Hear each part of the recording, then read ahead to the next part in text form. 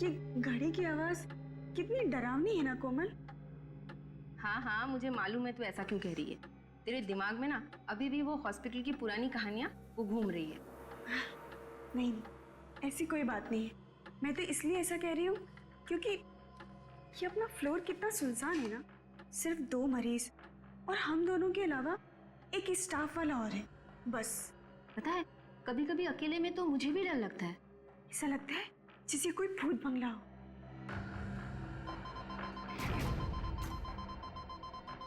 कोमल, एक इमरजेंसी है first floor पे। मैं अभी आती हूँ। हाँ।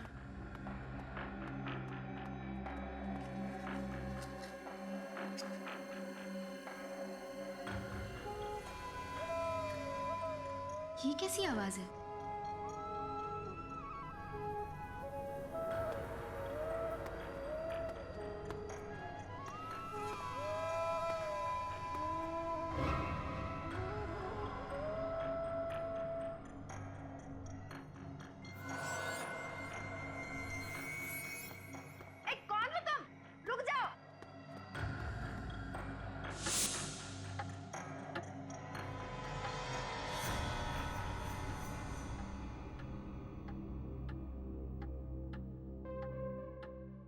ये काम अधूरा छोड़कर कोमल कहाँ चली गई? कौन हो तुम? अरे रुको, अरे कहाँ जा रहे हो? अरे कुछ जवाब क्यों नहीं देते? रुक जाओ। अरे अरे सुनिए तो सही, सुनिए, रुकिए। अरे सुनो। जी मैम। तुमने कोमल को देखा कहीं? नहीं मैम, मैं इस फ्लोर पे नहीं हूँ और अभी अभी आया हूँ ये सामान रखने के लिए। ये आवाज किसकी आ रही है? पता नहीं ma'am.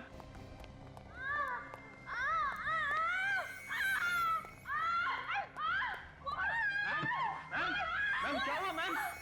Ma'am ma'am ma'am ma'am क्या हुआ मैम? मैम मैम अरे क्या हुआ? मैम मैम मैम क्या हुआ? एक आदमी सफेद सफेद। कौन सफेद? सफेद कपड़ों में। क्या हुआ? मैम मैम इनके कानों से तो खून आ रहा है। जल्दी से इसे चलेगा, आईसीयू ले जाना पड़ेगा। जल्दी जल्दी। जी मैम। कोमल, अरे कोमल क्या हुआ बता?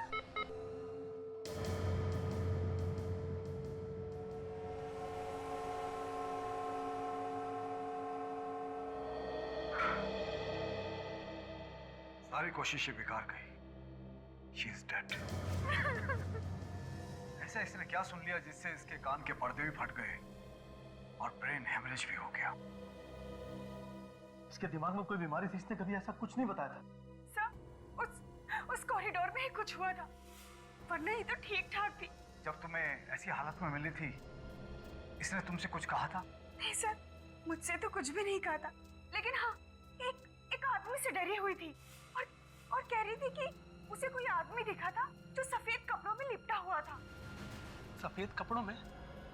कौन सकता है कॉरिडोर में? इस हॉस्पिटल में ही कुछ गड़बड़ है। हॉस्पिटल खुले हुए अभी कुछ दिन हुए हैं और ये सब नाटक शुरू हो गया। क्या हो रहा है? अपनी जबान पे काबू रखो और कोई भी इस तरह की अफवाह मत फैलाओ। सर, सबको मालूम है यहाँ पे पहले दिमाग का हॉस्पिटल था। इस तरह की घटनाओं की वजह से ही ये हॉस्पिटल बंद हुआ था। सुना तो मैंने भी था, उस वक्त भी ऐसे कुछ लोगों की मौत हुई थी। तुम लोगों को शर्म नहीं आती इस तरह की बातें करते हुए? जिस थाली में खाते हो उसी में छेद करते हो। सर, हमें डीन से ये सब कुछ बातें कर लेनी चाहिए। हाँ, लेकिन इसे ब्रेन हेमरेज हुआ कैसे?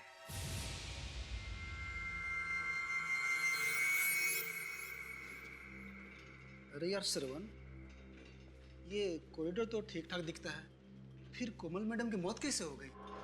वो सब बातें मत कर, कोई सुन लेगा। हमें क्या लेना देना उस बात से? लेना देना है, आखिर उसकी मौत अचानक कैसे हो गई बिना किसी वजह के? रात को 4 बजे ये सब बातें डिस्कस कर रहा है तू? आसपास कोई हो सकता है। कहाँ पे? मैं बोल भी नहीं सकता हूँ, वो सुन लेंगे तो नाराज हो जाएंगे। तुम्हें ना यार पक्का डरपोक है।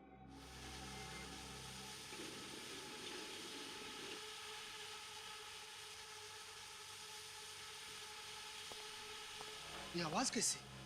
मैंने कहा ना कोई है यहाँ पर। तू चुपचाप जल्दी चल यहाँ से। देख, देखा क्या? वो जो गया अभी। कौन? मैंने तो नहीं देखा। अच्छा तू रुक यहीं, मैं अभी आता हूँ। अभी अभी तो इतना डर रहा था, अब अचानक कहाँ जा रहा है तू? मैं अभी आके बताता हूँ।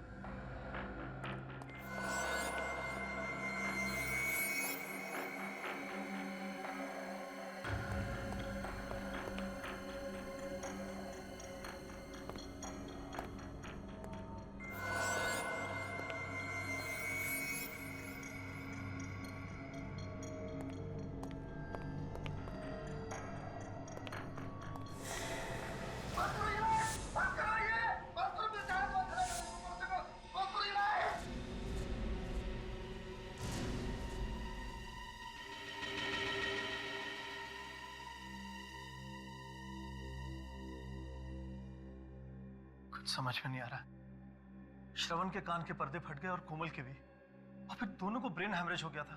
जो साइकियाट्रिस्ट इसे चेक करके गया है वो कह रहे थे कि इसके दिमाग में डर बैठ गया है। जब तक इसका डर दूर नहीं होगा ये कुछ नहीं बता पाएगा। लेकिन मेरी समझ में नहीं आ रहा कि मैं लोगों को कैसे समझाऊं, क्या बताऊं उन्हें।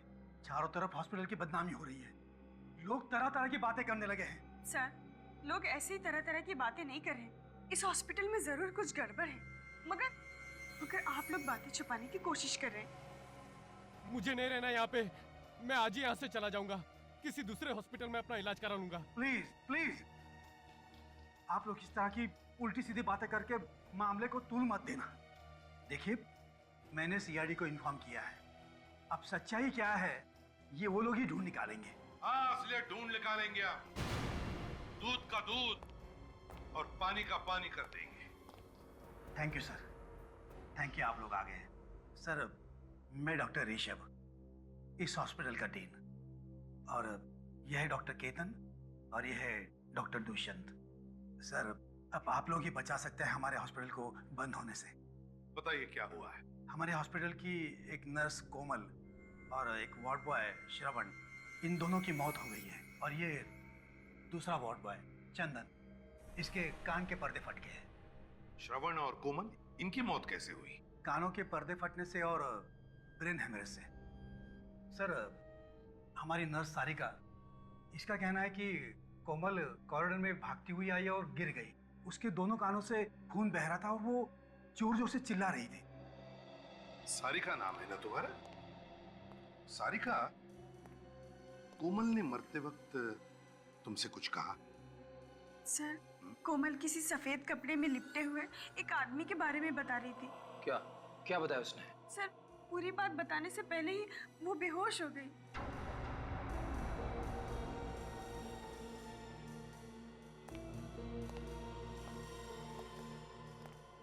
चंदन और श्रवण, क्या इन दोनों के साथ भी वैसा ही हुआ जैसा सारिका बता रही है? जी सर, इन दोनों की मौत भी ठीक वैसी हुई, और वो भी उसी कॉरिडोर में। अच्छा, ये चंदन ने खुद कुछ बताया था? नहीं सर, ये कुछ बोलने की हालत में नहीं है। बोलने की हालत में नहीं है? डॉक्टर साहब। हाँ। चंदन, श्रवण और कोमल, इन तीनों के मेडिकल रिपोर्ट्स और चंदन का ब्लड सैंपल चाहिए हमें। श्योर। और वो कॉरिडोर दिखाइए जहां पर कान के पर्दे फटने से और ब्रेन हेमरेज से दो मौतें हुई हैं। आइए सर। चलिए।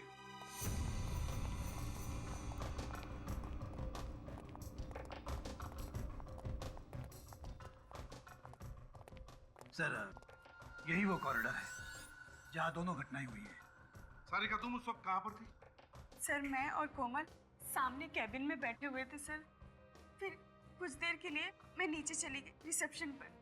जब वापस आकर देखा तो कोमल कैबिन में नहीं थी सर। तभी मैंने देखा कि वो वहां से भागती हुई आ रही है और उसके कान से बहुत खून निकल रहा था सर। सर, चंदन और श्रवण दोनों यही बेहोश मिले थे। यहीं पर, इसी कॉरिडोर? हाँ सर। डॉक्टर ऋषभ, कितने वार्ड्स हैं यहाँ इस कॉरिडोर में? सर, 2 पेशेंट वार्ड्स, एक सप्लाई रूम और एक एग्जामिनेशन रूम। चार कमरे हैं। विवेक, काजल, इन चारों कमरों को अच्छी तरह से चेक करो और जितने भी उंगलियों के निशान हैं सब के सब उठाओ।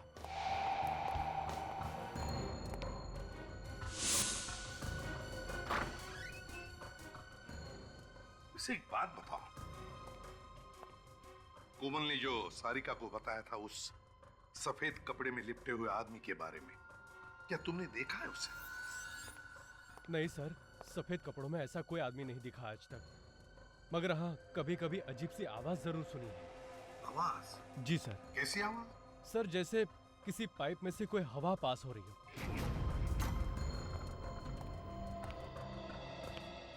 डॉक्टर ऋषभ। Yes sir. आपको हमारे साथ चलना होगा, आपसे कुछ जरूरी सवाल करने हैं।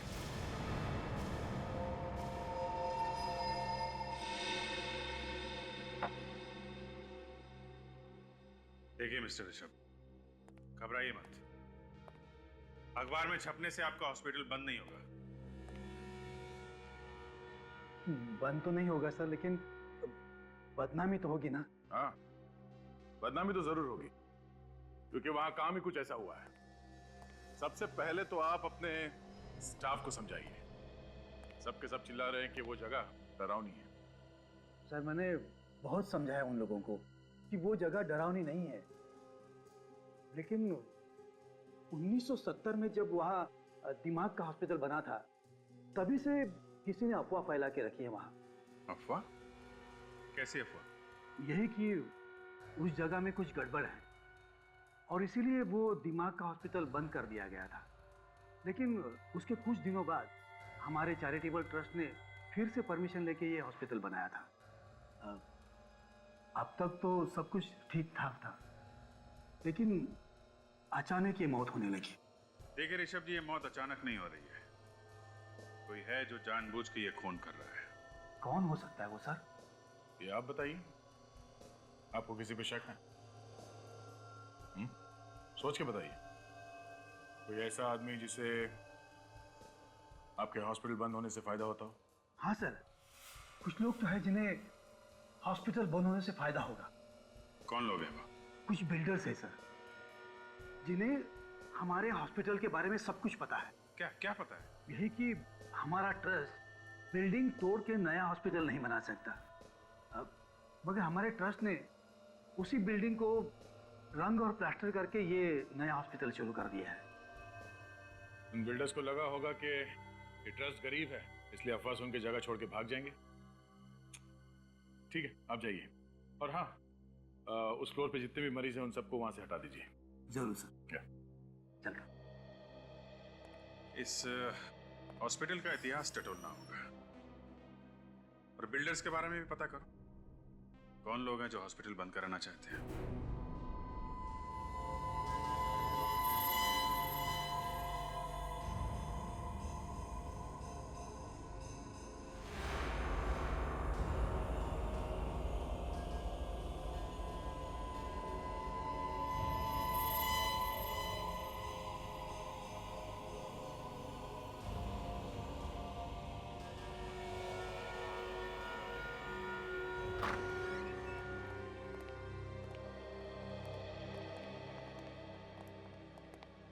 हाँ भैया, क्या हाल है? डिपेंड करता है आप क्या बताने वाले हैं। हाँ, मैं ये सोच रहा हूँ कि आखिर इन दोनों की दिमाग की नस कहाँ फटी और कैसे फटी। क्योंकि देखो, ये दोनों के दोनों जवान हट्टे कट्टे, तो फिर इन्हें ब्रेन हेमरेज हुआ कैसे?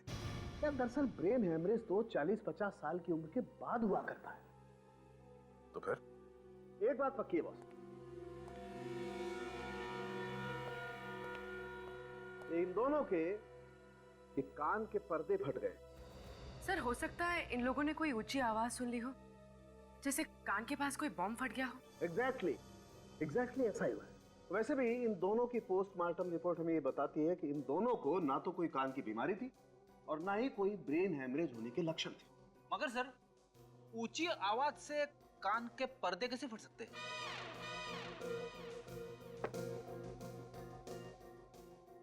अपना कान यहाँ लाओ, अपना कान मेरे मुंह के पास लाओ। हाँ! जवाब मिल गया क्या? क्या बोला? ये तो गया। अरे क्या बोला? कुछ सुनाई नहीं दे रहा है। दया, ऐसी 4000 मेगाहर्ट्ज की आवाज अगर कान के पास क्रिएट की जाए तो कान के पर्दे फट सकते हैं। चाट बाजार? अबे चाट बाजार नहीं, 4000। फिर वही चाट बाजार। खाने की बातें यहाँ पे क्यों कर रहे हो सर? कहीं की बातें कहीं। आप मजाक कर रहे हो क्या? डॉक्टर साहब, मैंने आपसे कई बार कहा कि फ्रेडी के साथ रिस्क मत लो। हाँ यार, गलती मेरी ही है बस। सर, अगर हॉस्पिटल में इतनी जोर की आवाज हुई है तो और लोगों ने भी सुना होगा, मगर वहां पे तो किसी ने कुछ सुना ही नहीं। अब यार ये तो नहीं पता किसी ने वो आवाज क्यों नहीं सुनी, लेकिन ये बात पक्की है कि इन लोगों के कान के पर्दे इतनी ऊंची आवाज की वजह से ही फटे। और ब्रेन हैमरेज? ब्रेन हैमरेज कैसे हुआ सर? पूर्वी, इन दोनों का ब्रेन हैमरेज भी वही हाई फ्रीक्वेंसी साउंड की वजह से हुआ है। मैं बताता हूँ, आओ। मैंने बताया, जिस ऊंची आवाज की वजह से इनके कान के पर्दे फटे हैं, उसी ऊंची आवाज की वजह से इनके दिमाग में एक किस्म का केमिकल रिएक्शन हुआ, जिसकी वजह से इन दोनों के दिमाग की नसें फट गई और इन दोनों का ब्रेन हैमरेज हो गया। मगर सर, वो दूसरा वार्ड बॉय चंदन, उसे ब्रेन हैमरेज क्यों नहीं हुआ? उसके तो सिर्फ कानों के पर्दे फटे हैं। ये भी पता चल जाएगा। जैसे ही उसकी ब्लड रिपोर्ट आएगी ये पता चल जाएगा। और वो जो उंगलियों के निशान मिले थे डॉक्टर तारिका हॉस्पिटल वार्ड के दरवाजे के ऊपर से, उसमें कोमल या श्रवण की उंगलियों के निशान मिले? नहीं, अभी तक तो नहीं मिले। मैं एक निशान से मैच करके देख रही हूँ।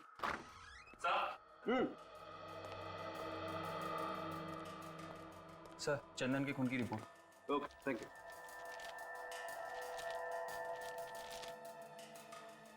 Oh my God! क्या हुआ सर? अरे यार, चंदन के खून में तो ऐसी ड्रग मिली है जो उसे ठीक होने ही नहीं देगी। इस चंदन को तो गलत दवाई दी जा रही है बॉस। ये दवाई हॉस्पिटल में दे रहा होगा कोई। इन दवाइयां बंद करनी होगी, वरना वो कभी हमें सच्चाई नहीं बता पाएगा। छोड़ दो मुझे, जाने दो, छोड़ दो मुझे, छोड़ दो मुझे, जाने दो, छोड़ दो, छोड़ दो। ममता, इसे नींद का इंजेक्शन दो जल्दी। छोड़ दो मुझे, छोड़ दो मुझे, छोड़ दो मुझे, छोड़ दो मुझे, छोड़ दो मुझे, छोड़ दो मुझे, छोड़।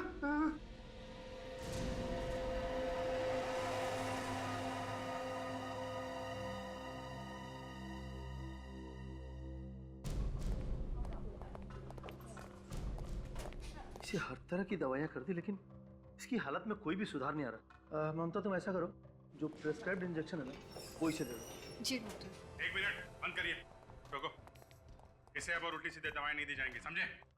आप कौन सी उल्टी सीधी दवाइयों के बारे में बात कर रहे हैं? वही जो आप लोग इसे दे रहे हैं, इससे ये कभी ठीक नहीं होगा। ये क्या कह रहे हैं आप? देखिए, हमें इसके खून में साइको रिएक्टिव ड्रग्स मिले हैं, जिससे इसका दिमाग हमेशा के लिए बंद हो जाएगा। लेकिन ये कैसे हो सकता है? हम तो इसे वही दवाइयां दे रहे हैं जो प्रेस्क्राइब्ड है। ये देखिए, इस पे लेबल भी लगा हुआ है। देखिए डॉक्टर साहब, आप हमारी बात को समझ नहीं रहे। लेबल कुछ भी लगा हो, लेकिन अंदर दवाई नकली है। इसकी दवाई बदली गई है। लेकिन ये ऐसा कौन कर सकता है? आपने बदली होगी। लेकिन मैं ऐसा क्यों करूंगा सर? इस मरीज का इलाज तो आप ही करते हैं ना, तो आप ही ने किया होगा, और कौन करेगा? सर, लेकिन मैंने इसे दवा नहीं दी है। तो फिर कौन देता है दवा इसे? वो सर, सारिका ही इसको दवाई देती थी और इंजेक्शन भी वही तैयार करती थी, लेकिन आज उसकी ड्यूटी दूसरे वार्ड में है। ये सारिका वही है ना जो उस रात कोमल के साथ में थी? जी। जरा बुलाइए उसे। जी।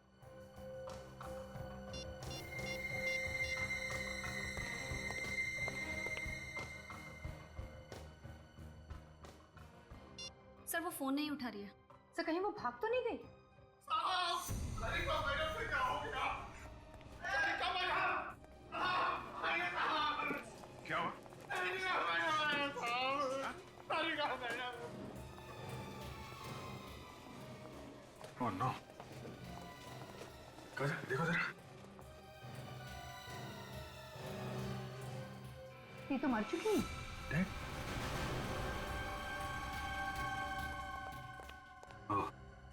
ये हथेली देखो, लगता है जहरीली पिन मारी गई है और नीला पड़ गया आसपास।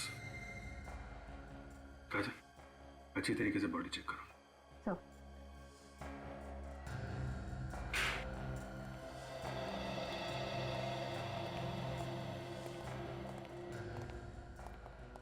कैसे हुए ये सब? हैं? साहब मैं डिटर्जेंट का बॉटल लेने गया था साहब, तो उसी टाइम देखा कि सारिका मैडम मरी पड़ी है। तुमने यहाँ पे और किसी को देखा? नहीं साहब, सर मैंने 15 मिनट पहले सारिका मैडम को कॉरिडोर पे देखा, वो बिल्कुल ठीक थी सर। फिर पता नहीं सर उनको क्या हो गया। अच्छा, जब तुमने इसे देखा था तो ये अकेली थी या इसके साथ में कोई और भी था? नहीं सर, वो अकेली थी। वो तो सर अपना हाजिरी बना के स्पेशल वार्ड में किसी मरीज का ब्लड प्रेशर चेक करने गई थी। मैंने भी उससे नई दवाइयों की फाइल के बारे में पूछा था, तब तक तो वो सही थी। फिर कौन मार गया उसे? सारिका खूनी को जानती थी। ऐसा ही लगता है। और खूनी को लगा होगा कि हम इस सारिका तक पहुंचने वाले हैं, इसलिए उसने सारिका का खून कर दिया। इस सारिका तो सिर्फ एक मोहरा थी अभिजीत। असली खूनी तो अभी भी शराफत का मुखौटा लगाकर घूम रहा है हॉस्पिटल में। इसके शराफत का मुखौटा उतारने के लिए कोई चाल चलनी पड़ेगी दया, क्योंकि खूनी को पता चल चुका है हम उस तक पहुंचने वाले हैं, इसीलिए उसने सारिका को मार दिया। सारिका के हस्बैंड से पूछताछ करेंगे, उसे कुछ ना कुछ तो मालूम होगा वो किसके लिए काम करती थी। मगर वो भाग गया, कभी ना कभी तो वापस आएगा ना। सर इस हॉस्पिटल का ब्लूप्रिंट मिल गया है सर, और ये वो फाइल है सर, इसमें उस हॉस्पिटल की पूरी जानकारी है सर। और सर ये वो नक्शा है जब वहाँ पे दिमाग का हॉस्पिटल था सर, और ये वाला अभी का है, अभी के चैरिटेबल हॉस्पिटल का सर। ये दिमाग का हॉस्पिटल बना 1970 में और बंद हुआ 1990 में। जी, इस दोनों नक्शे में कुछ ज्यादा फर्क नहीं है, बिल्कुल एक ही जैसे हैं। ये बिल्डिंग बनाया गया, बस ये कुछ ब्लॉक्स बनाए गए नहीं, बाकी तो वैसे ही है। डीन भी यही कह रहा था। इस नक्शे को देखकर लगता नहीं है कि इसमें कोई ऐसा कमरा है जहां से 4000 हर्ट्ज के आवाज निकलती होगी। कमरा तो बना है दया, वो भी काफी सोच समझ के, क्योंकि उन लोगों को मालूम था कि बिल्डिंग के बनावट के साथ छेड़छाड़ करेंगे तो बिल्डिंग गिर जाएगी। पर सर उस कमरे के बारे में पता चलेगा कैसे?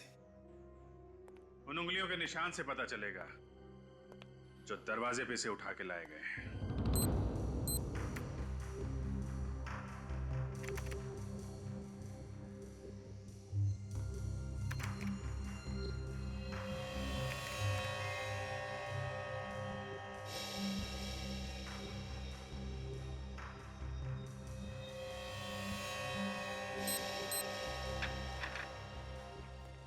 अभिजीत, हॉस्पिटल के उस कॉरिडोर में जितने भी दरवाजे हैं उन सब पर उंगलियों के निशान तो काफी है, लेकिन मरने वालों में से किसी की भी उंगलियों के निशान वहां पर नहीं है। कमाल की बात है, एक भी निशान नहीं है। नहीं, एक और कमाल की बात है, उस कॉरिडोर में एक कमरा ऐसा भी है जिसके दरवाजे पर सिर्फ 2 लोगों की उंगलियों के निशान है। और वो 2 निशान है किसके?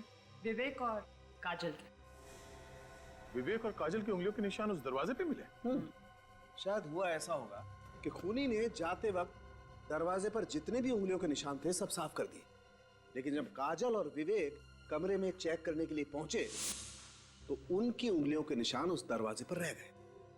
मतलब खूनी हॉस्पिटल का ही कोई आदमी है, और उन दोनों मरने वालों को जो कुछ भी हुआ है उस कमरे में ही हुआ है। शायद खूनी वहां छुप के बैठा होगा। मगर उस कमरे को विवेक और काजल ने बहुत अच्छी तरह से चेक किया और वहां पे ऐसी कोई चीज नहीं मिली जिसकी आवाज से कानों के पर्दे फट जाएं।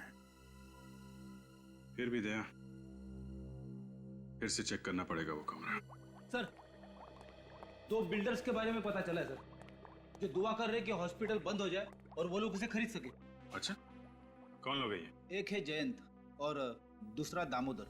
सर ये जयंत वहाँ पे एक हाउसिंग सोसाइटी बनाना चाहता है और दामोदर वहाँ पे एक बड़ा सा मॉल बनाना चाहता है। तो फिर इन दोनों में से कोई है जो हॉस्पिटल को बदनाम करके फायदा उठाना चाहता है। एक अजीब बात और है सर। अरे तो पेट में क्यों छुपा रखा है, बता ना, क्या अजीब बात है? ये दामोदर पिछले 1 महीने से कर्नाटक में है, लेकिन जयंत उसी हॉस्पिटल में भर्ती है जहाँ पे ये सब हो रहा है। अच्छा, जयंत उसी हॉस्पिटल में है।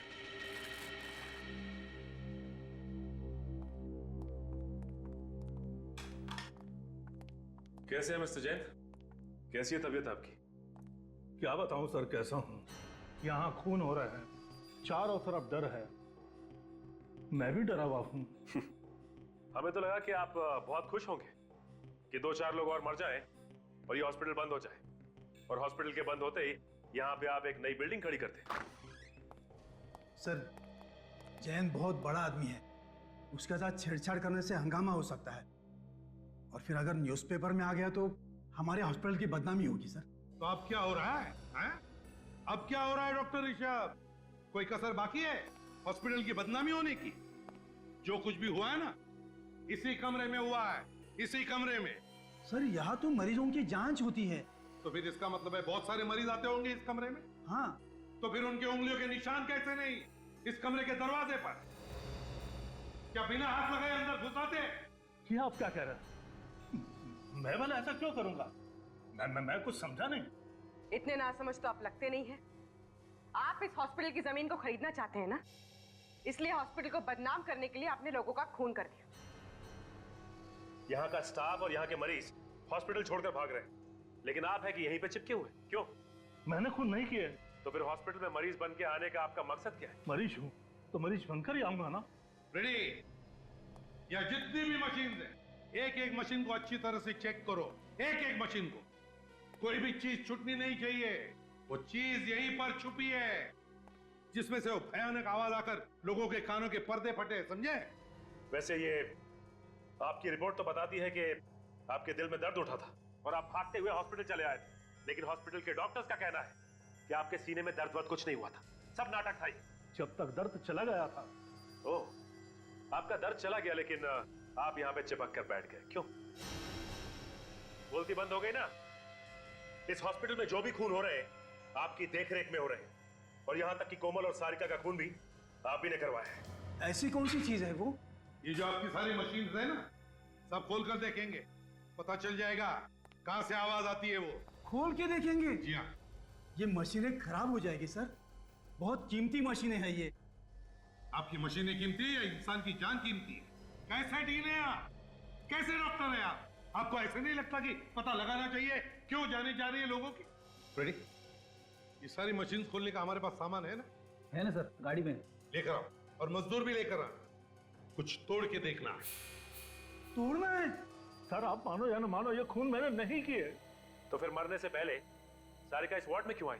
मुझे नहीं मालूम। हमेशा तो दूसरी नर्स आती थी, पता नहीं उस दिन वो क्यों आई थी। उस दिन कौन सी नर्स ड्यूटी पे थी यहाँ पे? ड्यूटी तो मेरी थी, पर सारिका यहाँ पे क्यों आई थी ये मुझे नहीं मालूम। ये तो हम पता लगा ही लेंगे, लेकिन जब तक ये केस सॉल्व नहीं हो जाता आपको इस हॉस्पिटल में कुछ और दिन आराम करना होगा। जी हाँ जी, बोलिए क्या चाहिए? हम लोग CID से। आप प्रतीक हैं, सारिका के हस्बैंड? जी। देखिए, एक अजीब बात पता चली है। जो आदमी हॉस्पिटल में मर्डर कर रहा है, आपकी वाइफ उसके साथ मिली हुई थी। शक था मुझे भी यही शक था। जरूर वो कोई गलत काम कर रही है। अगर आपको शक था तो आपने पूछा नहीं अपनी वाइफ से? पूछा था सर, लेकिन उसने कुछ नहीं बताया। चुप चुप के रोज फोन पे बातें किया करती थी किसी से। देखिए, मामला यहाँ तक पहुँच गया है तो आपकी इजाजत हो तो आपके घर की तलाशी लेनी पड़ेगी, क्योंकि खूनी अभी भी खुला घूम रहा है और हो सकता है सुराग आपके घर में ही। ठीक है, चेक करो। चलो। ये किससे फोन पे बातें करती थी आपकी वाइफ? क्या बातें करती थी? कुछ पता नहीं चला सर, और एक दिन अचानक देखा कि उसके पास बहुत सारा पैसा आ गया। मैं तो इतना सारा पैसा देखकर चौंक गया था।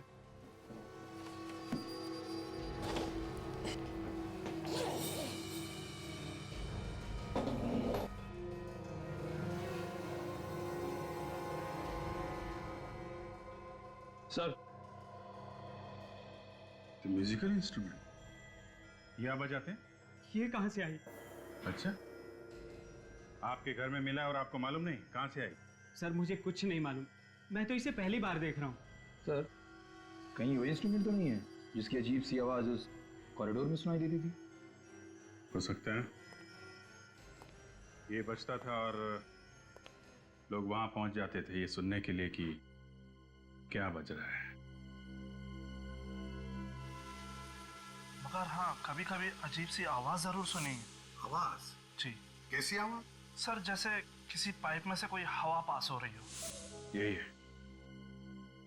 वैसी आवाज जैसे उस मरीज ने बताई थी। ये सारिका किसके लिए काम कर रही थी?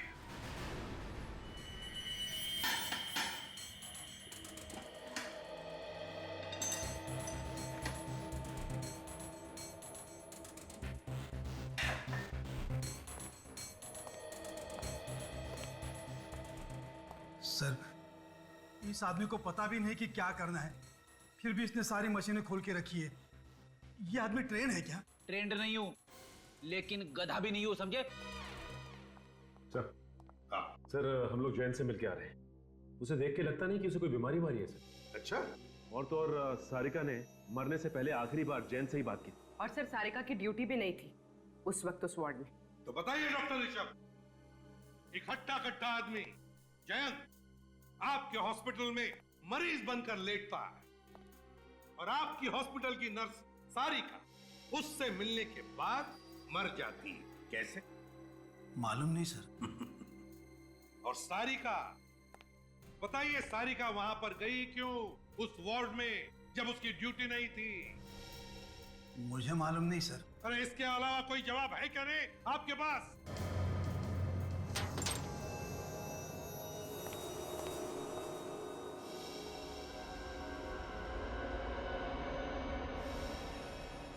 सर,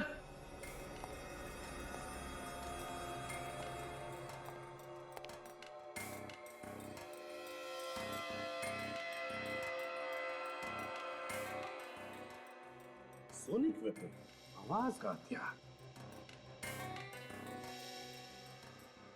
ये भी आवाज का हथियार, ये भी तीन आवाज का हथियार। कौन से हथियार सर? कौन से हथियार? ये वही हथियार है जिसमें से वो भयानक आवाज निकलने की वजह से चंदन, कोमल और श्रवण के कान के पर्दे फट गए। ये तीनों डिवाइसेस इस मशीन के अंदर कैसे पहुंचे? यही तो हम भी पूछना चाहते हैं आपसे डॉक्टर ऋषभ, ये तीनों के तीनों आवाज के हथियार इतने बड़े मशीन के अंदर कहां से आए? बताइए कहां से आए, बताइए। सर, ये देखिए सर, ये वायरिंग इस कमरे से होके उस कमरे की तरफ जा रही है। लेकिन सर वो आवाज इतनी जोर से हुई कि उन तीनों के कान के पर्दे फट गए, तो फिर वो आवाज हमें क्यों सुनाई नहीं दी? आपको क्यों नहीं सुनाई पड़ी? सचिन, बाहर मजदूर आए होंगे, बुलाओ उन्हें अंदर।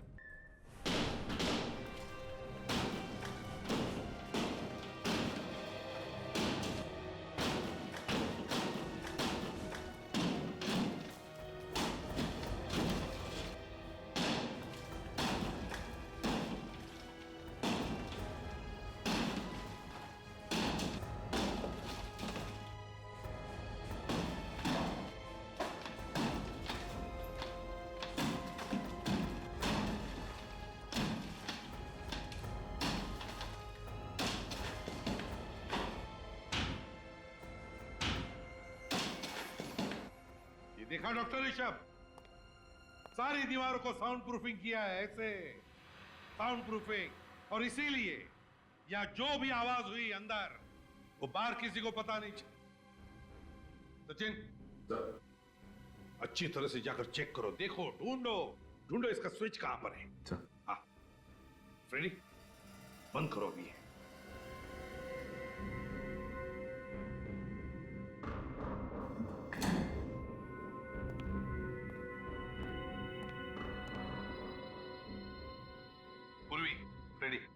अपने अपने कान इन ईयरमफ से अच्छी तरह से ढक लो, हैं? जरा भी लापरवाही हुई तो जान जा सकती है, समझे? हाँ हाँ सर। रेडी? रेडी? सर, जरा सी भी आवाज सुनाई नहीं दे रही है। Very good, excellent.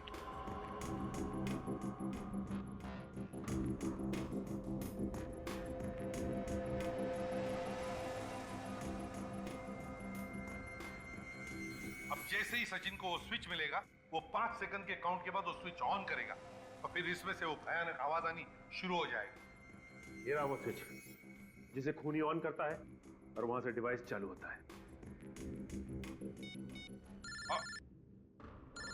Sir, Sachin sir को स्विच मिल गए। स्विच मिल गया, कान बंद करो जल्दी।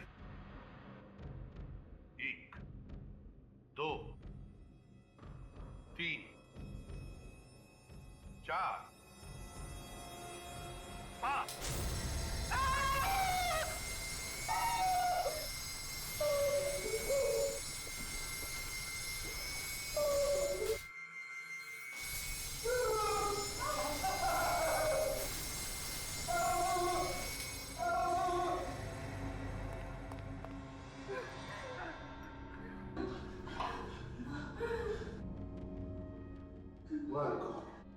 भयानक लाइट है,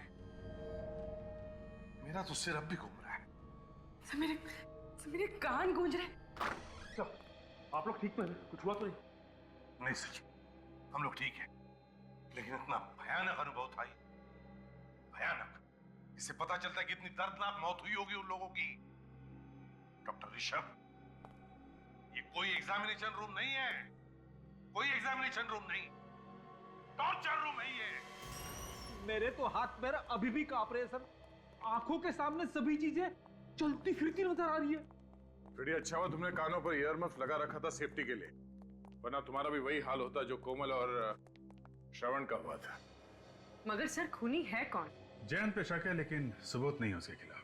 मगर अभिजीत, जिस तरह से कमरा बना हुआ है, ये रिनोवेशन के वक्त ही प्लानिंग की गई होगी। उसी वक्त ये कमरा बनाया गया होगा, उसके बाद बनाते तो शायद हॉस्पिटल के स्टाफ को पता चल जाता।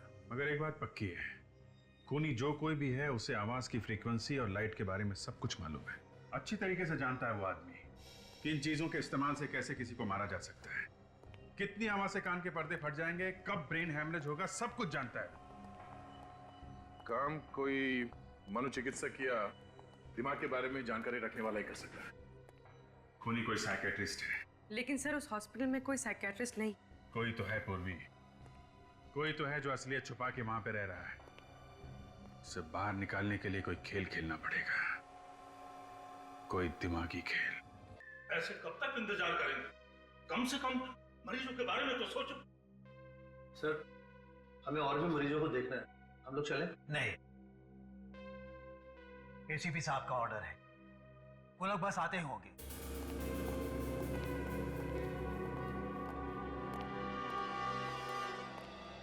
सर, पता चला कि खूनी कौन है?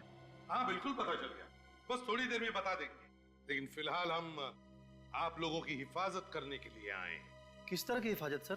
आप लोगों पर जिस तरह से हमले हो रहे हैं, उन हमलों से आपकी हिफाजत। सर ऐसा हो सकता है, इन हमलों से बच सकते हैं हम लोग? क्यों नहीं बच सकते?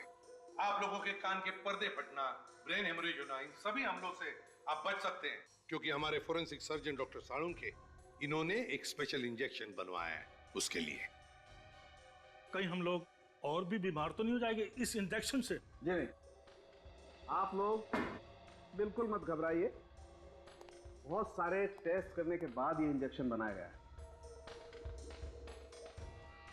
मैंने अपने ऊपर भी टेस्ट किया इस इंजेक्शन को, बिल्कुल चिंता मत कीजिए, कोई प्रॉब्लम नहीं होगी। डॉक्टर साळुंखे, बताएंगे कि इस इंजेक्शन में कौन सी दवाई है? आई मीन फॉर्मूला क्या है? आप लोगों में से कोई दिमाग का डॉक्टर होगा तो पहचान सकता है फॉर्मूला क्या है। फिर भी सर, आप बताइए तो सही। सोडियम पेंटाथॉल सीरम है इसका नाम। लाओ, हाथ दो।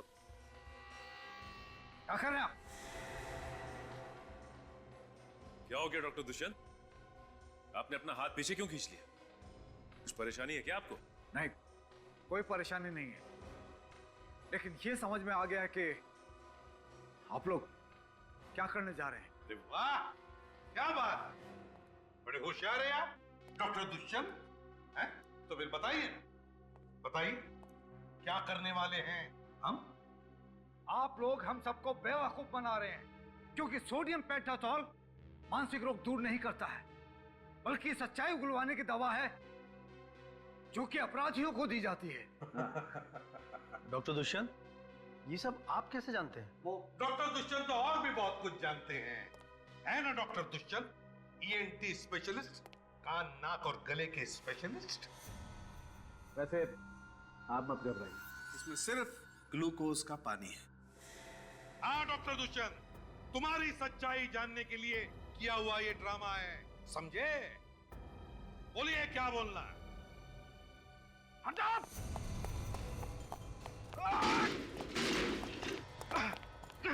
सॉरी डॉक्टर, अब भागने की कोई गुंजाइश नहीं है, चलिए। क्यों डॉक्टर दुष्यंत, है? क्या हुआ? थक गए? आप कट? क्यों?